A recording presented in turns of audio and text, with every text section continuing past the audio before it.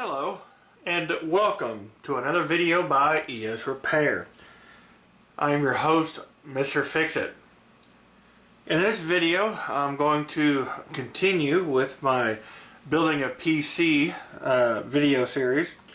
As you can see here in my previous videos, I've installed the motherboard and I've shown you how to install the processor.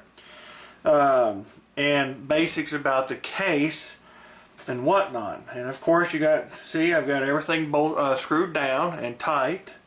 The face plate, I still have the fan out, which I don't need to put it back in just yet. With these cases you need as much room as possible to work with. This one here is a micro ATX, and as you can see there's not much room to work with. The power supply goes up here, but I'm going to leave that last because as you can see I need as much room as I possibly can. Now, one of the things that we're going to do in this video is we're going to work with the bays. In the bays here at the top I can put 2 optical drives. In this middle right here I can install the card reader, and these right here I can install the hard drives. Now, it's not hard to do. We do have the cables here from the front panel, but we won't worry about them right now. What you'll do is you'll need to remove the faceplate. The faceplate here, as you can see, I've already got these removed. These are the locations. This is where the card reader is going to be, and this is where my optical drive is going to be. Now, as you can see, I do have an extra bay that I can still use. Now, these are just covers that you can use. Now, of course, you got this right here, which is the reset button, USB 2.0, the headphones and microphone, the USB 3.0, and of course the power button. Down here you just have vents to where air can flow through your computer to help keep it cool. What you'll need to do with the bays is we're going to notice that these have these connectors that you see here. These are used to attach the hardware to the frame, each one of the sides. Now, your case may be different. They're different kinds. Some of them just latch, others you have to put the screws in. It just varies between cases to case. But this in here is just a basic one. I can use either screws or I can use the latch here. Now, when you put these in, you also have to remember you get the back side. Now, let me go ahead and flip this over, and I will show you the back side.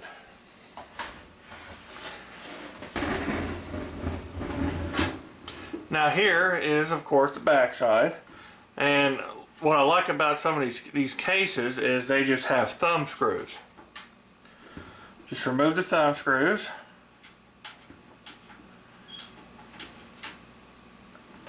And I can slide out the back. And there you go. Now, as you can see here, this is the back side of the computer, or the right side, however you want to look at it. This on this side is the motherboard. Now, when you insert some of these motherboards, you may notice that this back panel does pop out, which does make things easier to install the motherboard. This one here does not, so I had to do it the other way, as you've seen in my previous video. Now, as you can see here on this back side, you see all the screws for the motherboard. Back here is going to be for the power supply unit that you'll see on the other side. This side here is the side that we're interested in. Let me move the cable out of the way here. You'll notice on the back side that there are these the connectors that you've seen that can flip up and down. On this side you insert the screws to insert on this keeps the hardware into place, and this is the side that we are going to be working with. Now, once this side's down, what you'll need to do is we need to take the front plate off, or the front face plate. The book will show you where to or how to pop these off. Now let me go ahead and flip this back over.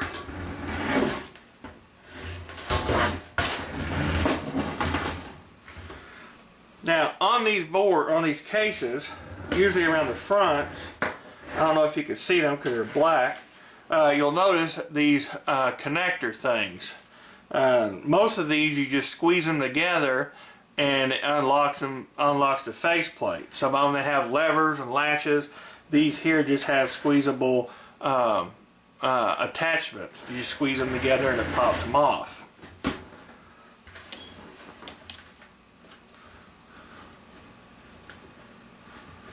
Sometimes you may need a tool or a plier needle nose to pop them off.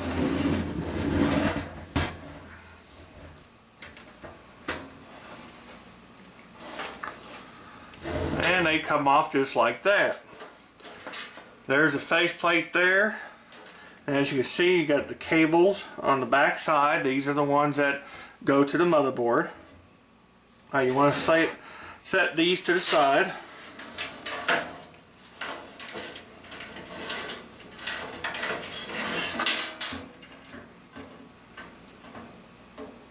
Now you want to be careful. You don't want to pull too hard because you don't want to snag the connectors and pull the wires out of them. Now let me go ahead and just set that to the side. You'll notice here, now I've already got these popped out. As you can see, there was one of these knockouts. They just cover up the plane or the hole, and this one here had one, but I've already removed it because I've already tested the computer earlier this week. But what I wanted to do is show you how to put these things together. Now as you can see, I've already got my two holes.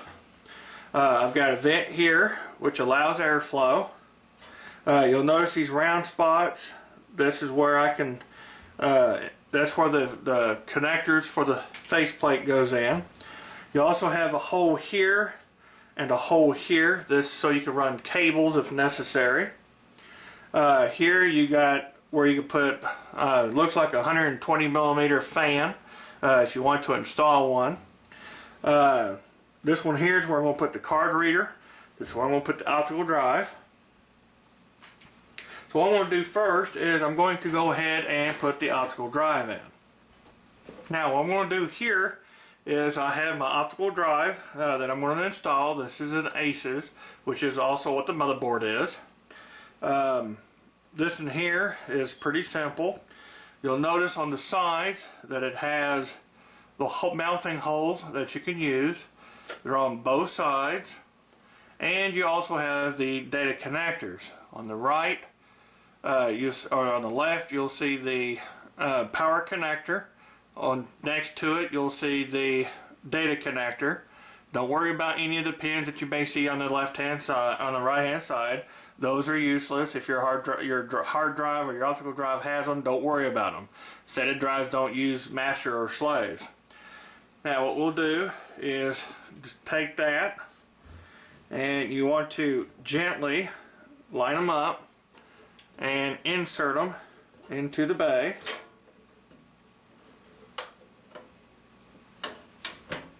Like so.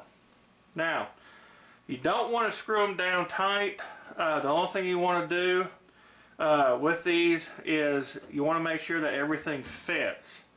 You also want to take your any other stuff that you want to add, such as your card reader, and you want to make sure that everything fits accordingly like it should. Once you have all that done, then you can take it back out. Everything fits like so. Now what I'm going to do here is show you what to do with the faceplate. The faceplate, as you can see here, you can knock out these pieces. Now with this here, all you do is squeeze the sides like so.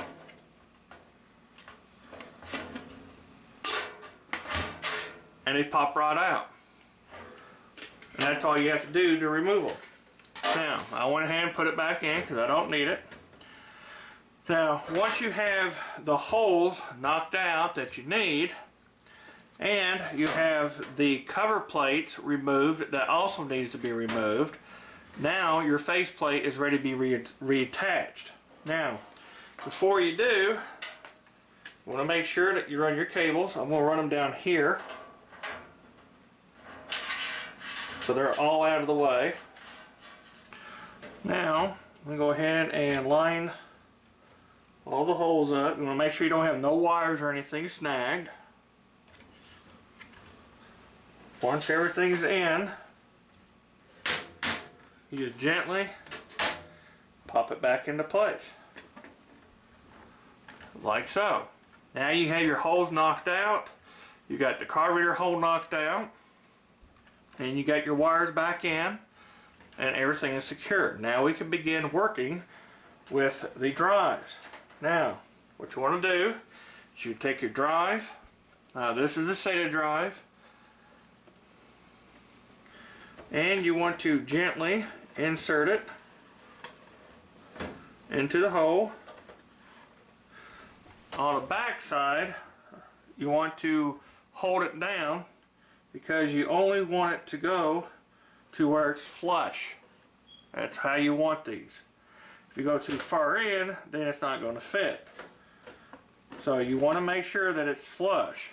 Now what you'll do next, you lay this to the side, put all the cables in,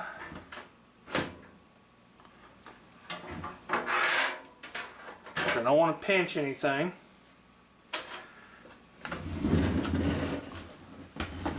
Now I'm going to go ahead and slide this in. Now keep in mind, you want it flush with the other plates. Now if you lift this up, you will see where everything's going to line up. Now the CD drives are different. They come in different sizes. Some are larger. Some come about to here. Some do not. It just depends on how the manufacturer designed that particular drive. Now with the optical drives here, as you can see, I got my hose lined up. And I've checked the facing on here, and it's flush with the thing. I got it lined up. Now, as you can see, it's the first hole. So what I'm going to do here is line up my latch. Oh.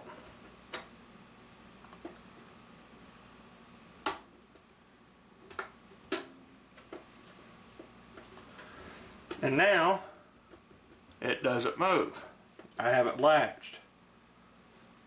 Now what you'll have to do now is on the other side, you'll need to put at least one screw into the other side to help keep it in place. That way it don't move side to side. So let me go ahead, I'll flip this over.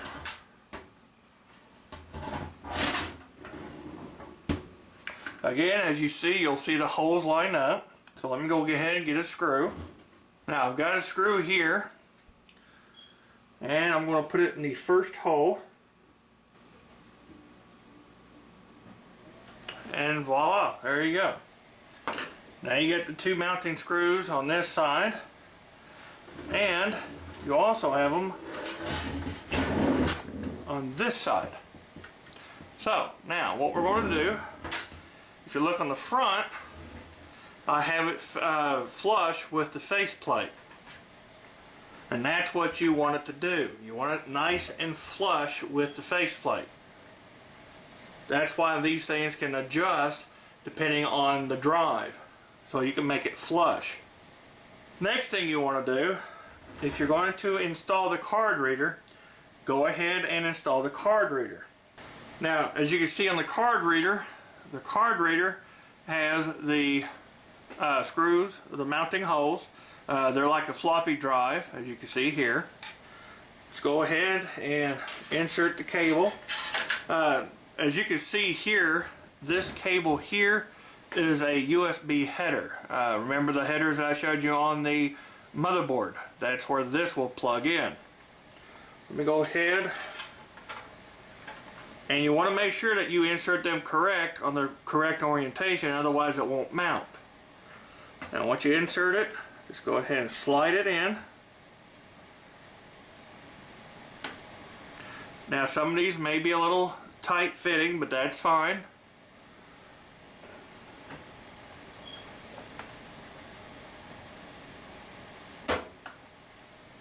Now, you want to keep an eye on everything, so you make sure that nothing hangs.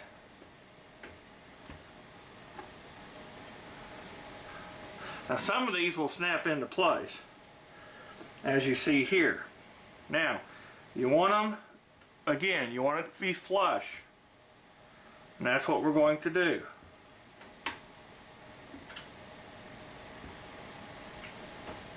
Just like that, you want it flush.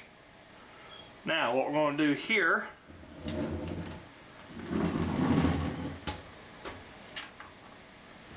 as you can see, I have my hole. Now all I got to do now is put the screws in. As you can see here, I've got my card reader installed.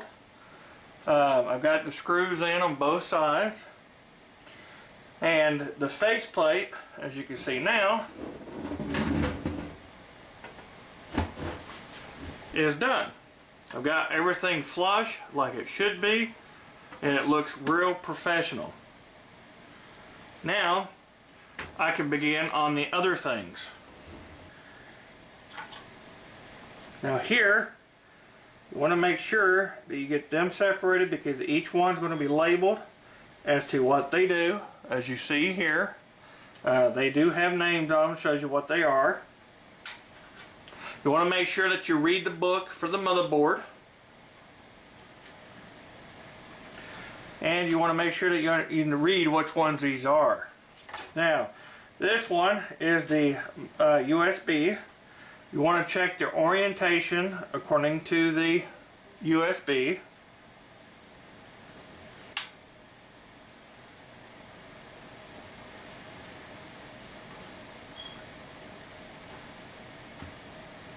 Like that. This one here is the audio. Check the orientation that you see on it.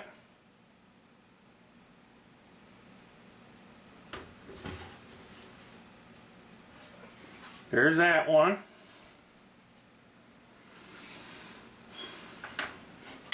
Now, with this one here, you can also run it down to here and connect it also. Now, the thing you have to be careful with is that some of these are just long enough.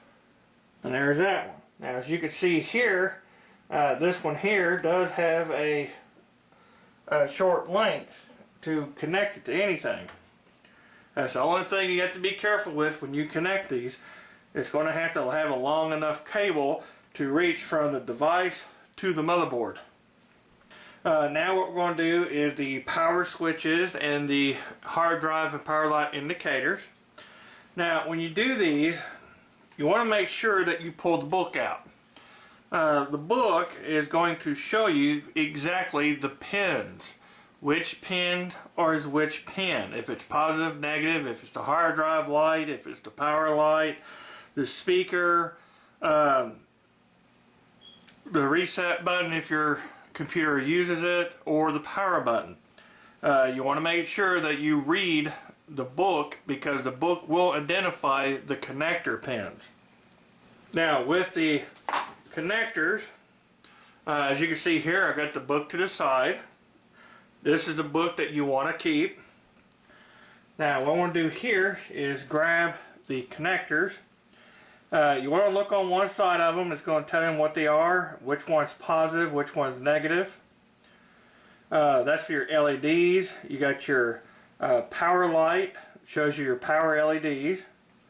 You have a reset button, which is that one there, and you have a power button that you see here. Now what we're going to do is check and see which one's which. This one here is the power LED. And what we're going to do here is going to go ahead and start connecting the buttons or the connectors, as you see there. And that's all you do with the rest of them. You go ahead and connect them, and be sure you connect them in the correct orientation and in the correct socket. Now that I have my connectors connected to the motherboard from the front face plate, now I'm ready to go ahead and install my hard drive.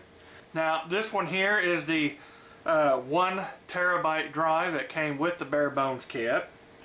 This one here is a pretty large size. It's a 3.5 inch drive, and this is the traditional hard drive. Now what you'll do, you'll notice they have mounting holes on the side. Most of these will come with their own mounting screws that you'll use on the bays. Now they're on both sides, as you see here. If you look on the back, you're going to see the data cables. You've got the power cable, which is a 15-pin connector. You've got the data connector, which is a 7-pin. Do not worry about none of these jumpers. These have no working or no concern with SATA drives. Unlike the IDE drives, these do not require masters and slaves. So what we'll do is just go ahead and line it up. I'm going to put it in this bay here. Now you'll notice, now that the motherboard's in place, how much room there is. Now if I went ahead and installed the processor's heatsink or the memory, it'd be difficult to put the drive in. So I'm going to leave those out so we can install the bays. Now some computers you have room, other computers you do not. It just depends on the design of the case. Now this one here, I'm going to go ahead and insert it. Now you're going to have these connectors in some cases. These are just quick snaps like I did with the optical drive. This one here on this bay and this one below it has it on both sides. So let me go ahead and insert the drive.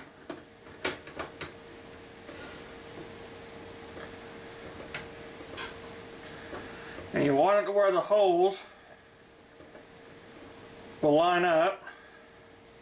As you see there, the holes are all lined up now. Once they're lined up, you can go ahead and close or insert the screws. That way it don't move. Now this is where you may run into some problems. You'll notice here that this drive sits just above one of the slots for the memory. Now depending on the type of memory you have as to how large or how tall that it sits, be careful because it may not sit under this hard drive. But you can make adjustments if necessary to get the drive to fit. In other words, you may, if you have enough space in the back to run cables, you may be able to reverse it and put screws in so it stays in place. It's just an alternative depending on how much memory you're going to install. Now, because I'm only going to install 2 memory modules, I should have plenty of room. But if necessary, I can make changes if I need to. Now, once this is done, now I'm going to do, you want to make sure that you have screws on both sides. So let me go ahead, get onto the other side. As you see here, I've got this one here, and you should see the drive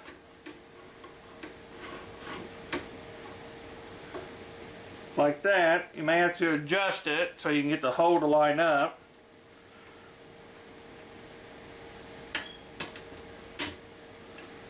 And there you go.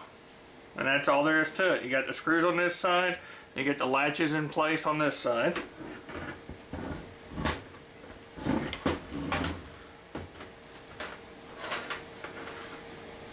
Now, the hard drive doesn't move. Now, remember in previous videos I've showed you that I'm going to install a solid state drive. There's a good reason for that. Solid state drives are much faster. A typical traditional hard drive can access data within 5 to 10 milliseconds. Whereas a solid state drive can access data within 1/10 of a millisecond. So as you can see, it's very, very fast.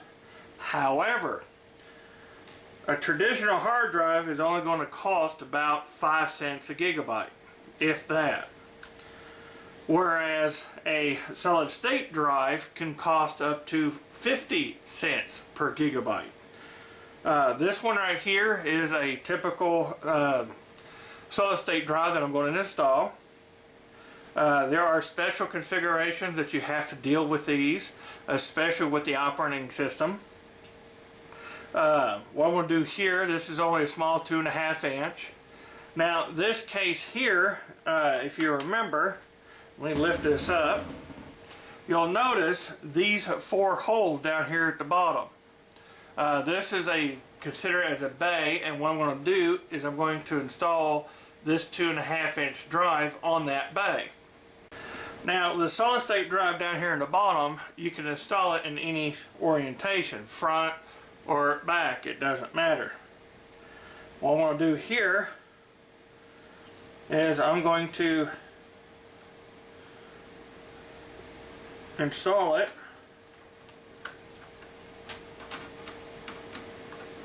Now these drives can mount either on the side or they can mount on the bottom. Traditional hard drives do the same thing. It depends on how it mounts into the computer. Some computers, like one of my old ones, it mounts in the front like that. Most of them will mount into bays like this. So what I'm going to do here is go ahead, line my holes up, put my screws in. Once you have the drive installed, as you see here, I've got the drive installed. You want to make sure that you use all 4 screws that you see here. I've got it mounted into the base.